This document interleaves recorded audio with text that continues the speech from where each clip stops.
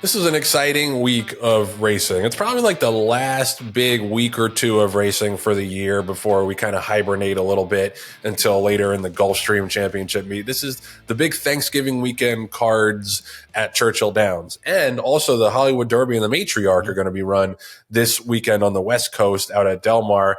So last call for some of those big graded stakes wins for 2025. You want to, boost somebody's resume. And that maybe suggests to me why Explora is shipping in to Churchill Downs to run in the Goldenrod over the weekend. Now, Explora ran second to us in the Breeders' Cup Juvenile Fillies. I don't know. Maybe they think that they still have a shot to win the championship because she did have the grade 2 win in the Oak Leaf. She was second in the Del Mar Debutante, second in the Breeders' Cup. So maybe they think if she wins this grade 2 at Churchill, they have a chance to steal that Eclipse Award away from us and, potentially the people at with Sci-Fair. That's interesting to me. Because I feel like not enough people take advantage of this weekend, honestly. Like, I get that the Clark isn't a grade 1 anymore. But if you have a horse in any kind of division that's still up for grabs, there's a lot of money and a lot of great prestige on the line this weekend at Churchill Downs and at Del Mar. So I would say, like, not to put your horse away for the winner just yet, but it's a full field in the Goldenrod, full field in the Kentucky, and not as full of a field in the Kentucky Jockey Club, because I think of the presence of Further Ado. Now, Further Ado, if you remember, was the horse that won by 20 lengths at Keeneland. And I think that was, we looked at it, and that was like the biggest win in a 2-turn maiden special weight in the history of Keeneland. What does he do for an encore? Because his first 2 races were nothing special. He ran 5th first time out, ran 3rd after that, and then all of a sudden just exploded when stretched out to 2 turns at Keeneland. You got a nice horse for Ken Ramsey named Dr. Kapoor, who's interesting, by McKinsey, stretching out to 2 turns. I don't know. The 2-year-old racing is what kind of caught my eye from the weekend at Churchill, John. Well, and like you said, the clock hasn't stopped yet as far as these horses' careers. And should they be put away or should they push forward to try to get a G2 next to their name before the end of the year? But Joe, these races have turned out to be stepping stones. For major horses that have gone on into their 3-year-old campaigns. Most of the time, I think it's from later developing horses that miss obviously the Keeneland April meet, miss Saratoga.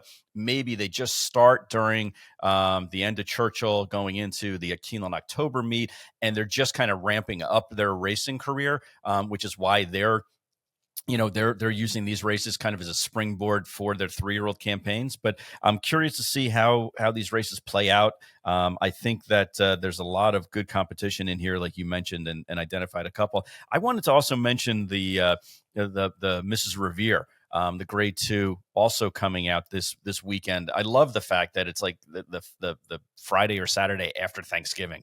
I'm sure the people who work there don't enjoy the fact that they don't get that full long weekend, but you look at this race and recently purchased Lush Lips, who won the Queen Elizabeth, the grade 1, was second in the Del Mar Oaks, and was previously campaigned by Donica O'Brien and our friends over at Medallion Racing. She went through the Keeneland November sale for $3.7 million just a few weeks ago. And Joe, I can tell you from having horses in sales in the brick and mortar sale, and then going to a new program and looking to race, it is not an easy thing to accomplish. They have to do something that they're not used to doing. They haven't done usually since the time they were yearlings or maybe 2-year-olds if they went through a 2-year-old sale. And that is get out of training, have to walk and then sit, and then walk and then sit, and then walk and then sit, and basically get out of their training vibe and routine. And then after only being in a new barn literally for 3 weeks, have to look to step up and run in a grade 2. That is not easy. And from a handicapping standpoint, to be 7-5 in that race, when you have other horses in there that are pretty salty older horses, and really looking to get a grade 2 before they have to run against older horses next year or until they get retired, to go to the breeding shed. It is not an easy ask. And I was surprised that there'd be that quick of a turnaround for a $3.7 million horse.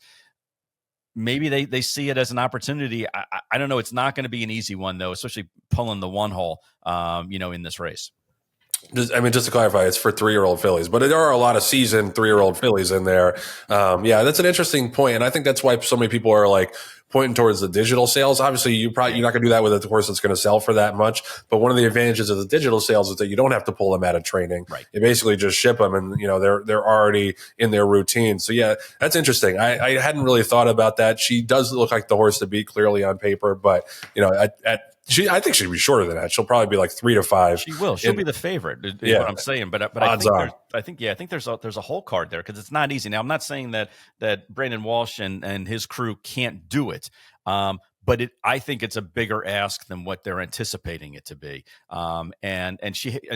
Theoretically or technically, she has won from the one hole. She did it in the Queen Elizabeth for sure. But it's not going to be easy. And you as a handicapper looking for value, this would be a bet against for me because she's probably going to be 3 to 5. Interesting. In the Clark, another interesting betting race. Like this is pretty wide open. You don't have any like the headliners of the handicap division as you'd imagine, but this is a wide open race. I mean, you got First Mission coming. He's already. I'm already seeing advertisements for him for his stud career next year, but they're going to take one more shot with him in the Clark. I mean, outside of him, you got Hit Show, who's a pretty nice horse, Gosger, who was a good third, I thought, in the Fayette against older horses for the first time. Top 3 from the Fayette. Run back Chunk of Gold had a monster win at Keeneland last time. Yeah, barn favorite or show favorite, $2,500 yearling buy at Facing Tipped in October.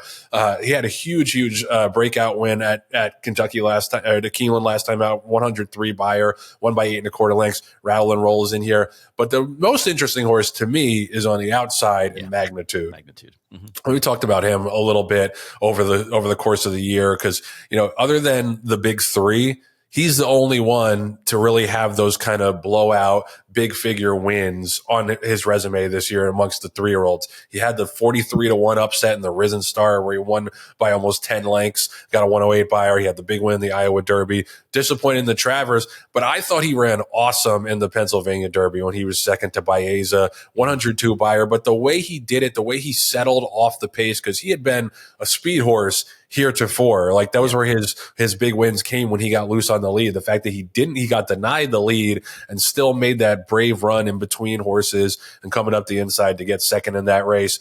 In a older horse division next year that I don't think is going to, I know journalism's coming back, but is most likely not going to have sovereignty. And I think that, maybe it has Baeza, but I think there are going to be some opportunities for horses to step up in that division, and Magnitude's the one I have my eye on. And I think, to me, he's the horse to beat in here. I know he's 9-2. I know he's a 3-year-old, but if he runs his good race, I don't think any of these older horses are going to beat him. So that's the one I have my eye on for the weekend for the most part. No, I think you're right about Magnitude. I think with him, if you look at his pattern, he must be a difficult horse to keep sound because they run him 3 times, then he's off for a little bit. Then they run him 4 times, then he's off for a while. Then they run him 3 times, and now he's been off for another 8 weeks. So I wonder if, I'm not saying he's an unsound horse, but I'm wondering if maybe he's just got a little hitch that they have to deal with every now and then to try to take care of. And you mentioned Gosger, who I think is an interesting horse in this race also, especially adding blinkers. It looks like they want to get him to be able to be a little closer to the front end of some of these races, which that racing style should help him in a race like this, because you look at Magnitude is going to be, coming from, close to it, maybe sitting just off it, and Rattle and Roll coming from way off it as the main contenders. Chunk of Gold will be close to the lead, but I'm curious to see how these 3-year-olds kind of step up. Joe, interestingly enough, you didn't mention the most popular horse in the United States right now, as far as a horse going from 3 to 4 years old. Who's that? Sandman? Sandman, come on, dude. He has having his first breeze back on Wednesday. He is, I know, and working backwards from some of the races at Oaklawn.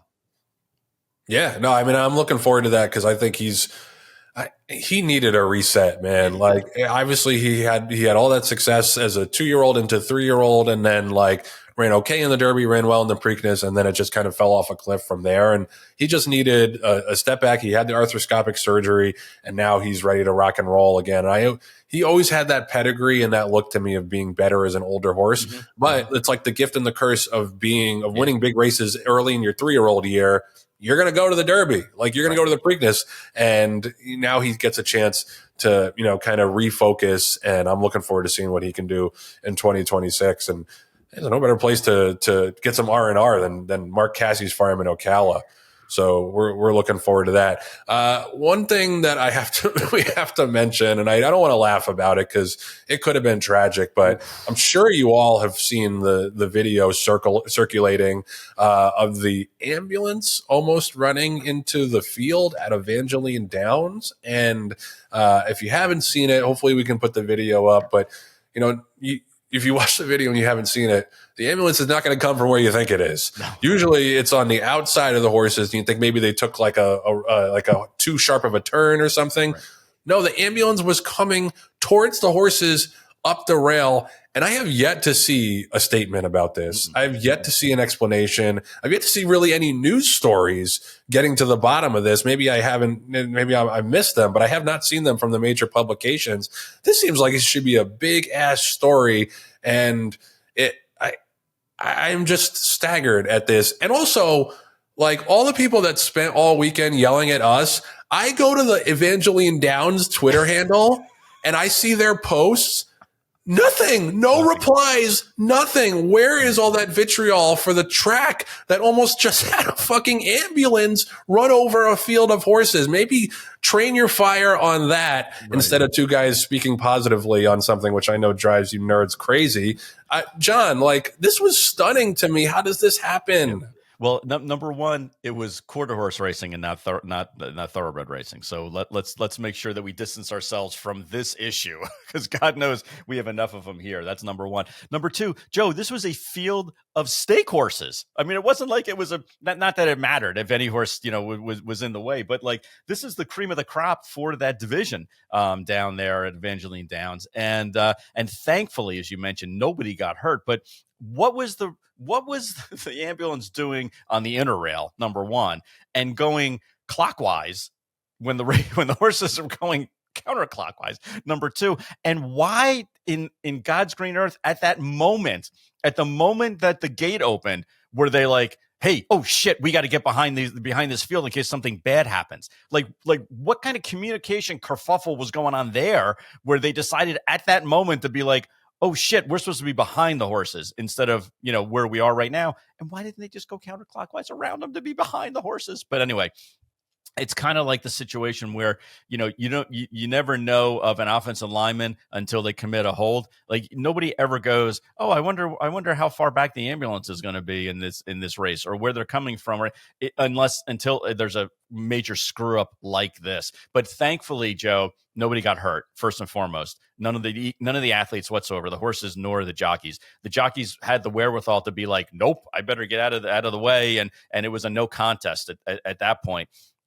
But yeah, like where are the heads that are rolling from this, from the stewards, all the way down to whoever the two people were in the ambulance at the time that decided that they were going to go on a joyride in the middle of a stake race?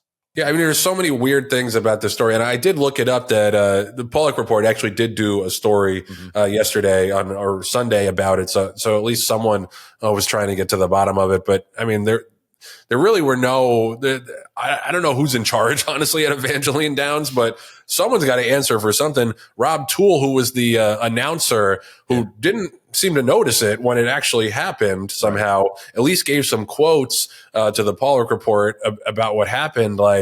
And I want to give a hat tip to the jockeys who had to react very quickly to get around that ambulance, because it wasn't as if the ambulance was standing there. It was moving. It was moving towards the field. Yeah. And we almost gave the epic performance of the week to those jockeys, but we didn't, because we didn't want to make light of this at all, because it's a very serious situation. But that was pretty incredible that they were able to maneuver the horses around that ambulance and nobody got hurt. Because I got news for you. If that ambulance had hit a horse, what do you think is leading to CBS Evening News tonight? Yeah, exactly. And No, maybe it's a coincidence. It's a non-HISA state. It's kind of the Wild West in Louisiana in general. I know this was a quarter horse race and not a thoroughbred race, but Jesus Christ, guys! Like every time I think I've seen it all in this business, I see something like that, and I'm like, nope, it can get even stupider, John. Exactly. You know what it kind of reminded me of? The only thing I'd ever seen something like that before was, remember when on Preakness Day, it was like 30 years ago, when the guy tried to punch Artax? Yeah. When the guy stumbled out of the infield and was super drunk, and first he like olayed like a matador, a couple of the horses, and then he took a swing at Artax. Yep. And you go, why? Like, what? And at least he was drunk. I mean, and he wasn't an employee of the fucking track. And he wasn't driving a vehicle the wrong way on a racetrack. Anyway, you're right. We seriously, give a lot of credit to those riders, because, they were going 40 miles an hour in one direction, and the ambulance was probably going 40 miles an hour in the other direction. And it was close quarters. It wasn't like, in our races where, okay, it's a mile and an eighth and things kind of, start to thin out and horses are running 2 by 2 most of the way. No. This was like 8 horses in a charge, down the backstretch. Yeah. And like I said, like I got to see some answers. Like, I know it's a joke of a track, and it's one of those tracks that, like, I don't think the horse welfare is probably all that great, and the slot revenue props it up. But there's got to be someone in charge that some of you can call to figure out what the fuck happened here and how we make sure it never happens again. Because, again, like I said, that was a new one, and we've seen a lot in racing.